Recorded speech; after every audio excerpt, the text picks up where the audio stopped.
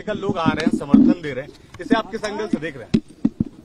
देखिए, ये लड़ाई अब खिलाड़ियों के हाथ से निकल चुकी है।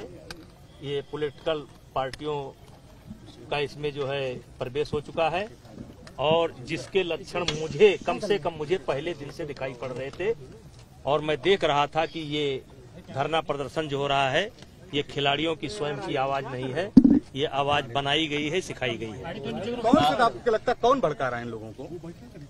ये बातें बहुत बार आ चुकी है। सांसद जी, वो ऑडियो किसका था जो आपने दिया है? किसको? जो आप कमेटी के सामने बजरंग पूनिया। वो किससे बात कर रहे हैं? बजरंग पूनिया एक लड़की से बात कर रहे हैं और उससे कह रहे हैं कि किसी भी तरीके से किसी भी कीमत पर कोई लड़की उपलब्ध कराओ। क्या वो ऑडियो आप सार्वजनिक करेंगे? अब चलिए, अब तो कमेटी का जो आपने कहा कि सारे जो खिलाड़ी थे वो एक ही अखाड़े के थे, लेकिन एक और चीज देखी गई, हरियाणा पुलिस के लोग लेकिन ये कहाँ कौन से उसके बिलोंग करते हैं कि जिनको रोका भी नहीं गया था, सब नौकरी में है लोग। नहीं, आपका सवाल बहुत अच्छा है और सारे मीडिया के लोग ध्यान देंगे। पहली बार जब जनवरी में धरना हुआ, भाई आप लोग शांत रहिए, जनवरी में धरना हुआ तो उस समय कुछ ऐसे खिलाड़ी थे जो एयरफोर्स से जुड़े हुए थे। बाद में जब एयरफोर्स को पता लगा तो एयरफोर्स ने उन खिलाड़ियों को रोका।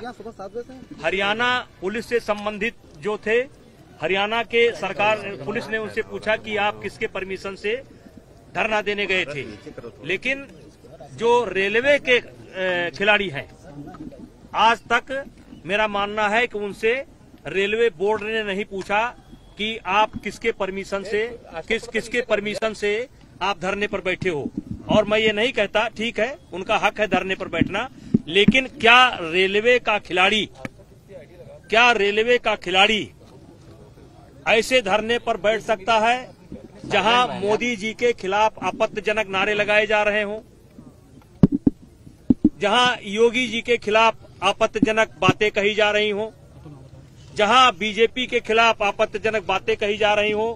क्या ऐसे धरने में रेलवे का खिलाड़ी या अधिकारी धरने पर बैठ सकता है?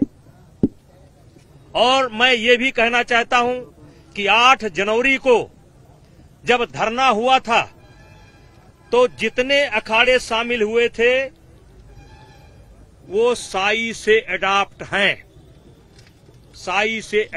हैं। तो मैं, आप जानना चाहते हैं तो मैं आपके माध्यम से कह रहा हूं कि साई ने उन अखाड़ों के खिलाफ क्या कार्रवाई की,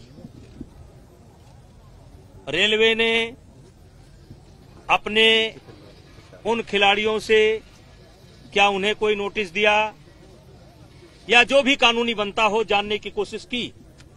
नहीं की, अभी तक नहीं की। सांसद जी, जैसे कि एफआईआर दर्ज हो गया है, जांच चल रही है, ऐसे में जंतर मंतर पे प्रियंका गांधी का पहुंच जाना, पहलवानों के साथ बैठना, ये कितना उचित है, कितना लाजमी है? अरे पूरा हो जाने दो ना। प्रियंका गांधी को तथ्य पता नहीं थे।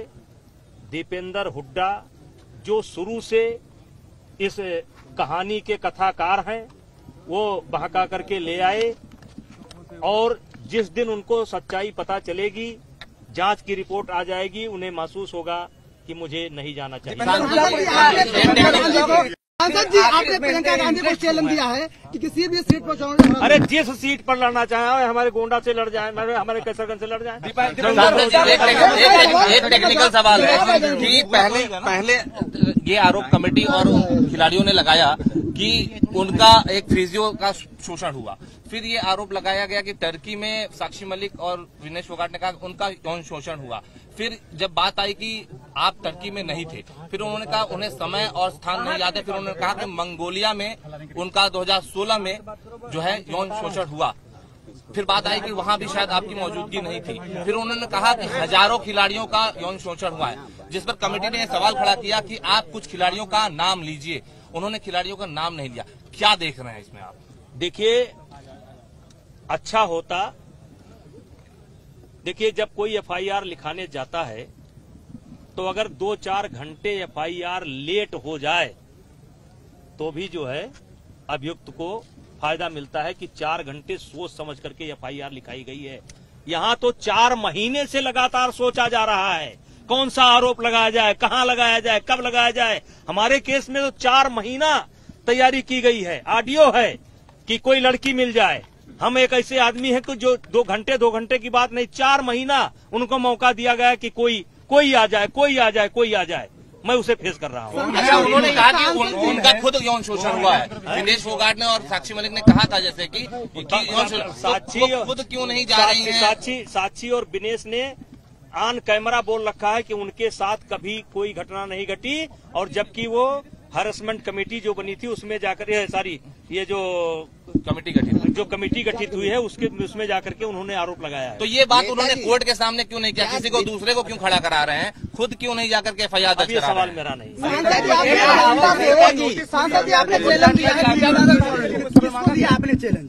क्या चुनाव लड़ने का आपने चैलेंज किसको दिया? नहीं, वो बात के क्रम में निकला है कि अगर उनको बहुत गुमान है कि हम लोग बहुत छोटे नेता हैं, प्रियंका जी की बात कर रहा हूँ कि वो बहुत गुमान है कि वो बहुत बड़ी नेता है, तो वहाँ जिस भी सीट से लड़ना चाहे आकर के लड़। नेताजी, क्या दिल्ली पुलिस ने संपर्क किया? कह रहे हैं कि पुलिस इसमें गंभीर कार्रवाई नहीं कर रही है। इतना झूठा आदमी, उसकी पूरी पार्टी जेल में जो है वो क्या। अच्छा नेताजी, क्या दिल्ली पुलिस ने संपर्क किया है? कौन है आपके पीछे? क्यों कौन इस तरह के साजिश कर रहा है? नाम तो लीजिए, कौन है इसके पीछे?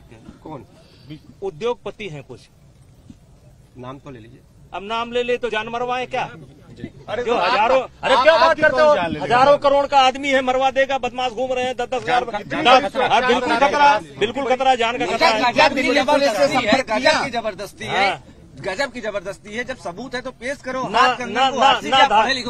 धागा ना सुई, जो ने कहा तो सही। क्या दिल्ली पुलिस ने संपर्क किया है अभी आपसे? अभी हमसे संपर्क नहीं किया है, और जब भी संपर्क करेगी मैं बिल्कुल संपर्क में आऊंगा, और जहां भी बुलाया जाएगा जाऊंगा। मेरा कोई अगला कदम नहीं। अगला कदम की बात, खिलाड़ी सिल्लारू गए थे, खिलाड़ी गए थे, जिसमें कि विनेश फोगाट के जो पति हैं वो भी गए थे, उनके साथ 4 पार्टनर भी गए थे। तो ये खर्चा या जो भी व्यवस्था थी, क्या ये फेडरेशन की तरफ से होता है? ये बड़ा लंबा सवाल है, कभी इस पर बात कर लेंगे, खिलाड़ी इस्तीफा देने की बात। सांसद जी खिलाड़ी कह रहे हैं कि आप सांसद के पद से इस्तीफा दे दीजिए। हैं? खिलाड़ी मांग कर रहे हैं। ये पद उन्होंने दिया है कि हमारी क्षेत्र की जनता ने दिया है? ये पद उन्होंने दिया है कि हमारी क्षेत्र की जनता ने दिया है? तो पार्टी कहेगी तो इस्तीफा नहीं, कुर्सी संघ की बात नहीं है, सांसद जी एक अहम सवाल और आखिरी सवाल कि अगर जो खिलाड़ी हैं वो मांग कर रहे हैं कि उनका ये देश का मेडल है, जाहिर बात है देश के लिए तिरंगा उठाया और मेडल उन्होंने पाया। उस मेडल में मेरा सहयोग नहीं है। लेकिन सवाल, हमने नेशनल कौन कराता है, ट्रायल कौन कराता है, निष्पक्ष ट्रायल कौन कराता है, टीम कौन गठित करता है, वीजा कौन लगाता है, पासपोर्ट कौन लगाता है, स्पॉन्सर कौन लाता है, मेरा भी रोल है ना। अब नहीं मानते ना माने, लेकिन मेडल ही अगर एक परिभाषा है कि वो मेडल है इसलिए उनके सारे गुनाह माफ हैं, जो कहें सही है। तो हमारे देश में एक ऐसा खिलाड़ी भी है, जबकि मैं दुर्भाग्य समझता हूँ उस खिलाड़ी का, उसके साथ मेरी सहानुभूति है, लेकिन 2 मेडल लेने वाला जेल में है। सर सांसद जी सवाल पूरा हो जाए। ये आपके साथ है पार्टी। देखिए, ये भाजपा की लड़ाई नहीं है, ये आरोप मेरे ऊपर लगे हैं और मुझे ही इस आरोप से बाहर निकलना है, और सजा होगी भी तो भाजपा को नहीं होगी, ब्रजभूषण सिंह को होगी। इस केस को भाजपा पर मत लेकर के जाइए। कुश्ती संघ के अध्यक्ष के पद के नाते आरोप लगा है, सांसद के नाते नहीं लगा है, इसलिए इसमें भाजपा को मत घसीटिए। जो होना होगा वो मुझे होगा, इसमें पार्टी का कोई लेना। पार्टी इस्तीफा देने कहते तो दे देंगे तुरंत। सांसद जी, चीफ जस्टिस ऑफ इंडिया पर भी एक उनके अपने ही कलीग ने आरोप लगाया था, तो क्या लगता है आपके अपने खिलाड़ी भी ऐसा ही आप पर आरोप लगा रहे हैं? ये जो प्रकरण है ये समय आने पर बहुत बड़ा मुद्दा बनेगा। अच्छा नेताजी, देश के लिए मेडल वाले खिलाड़ी कह रहे हैं लगातार, तो क्या जो कमेटी में पीटी उषा थी या क्या उनका जो मेडल है वो मिट्टी का है क्या? देखिए, इनको भरोसा नहीं है, क्योंकि कमेटी की रिपोर्ट इनको लीक होती रही और एडवांस में चली गई। नेताजी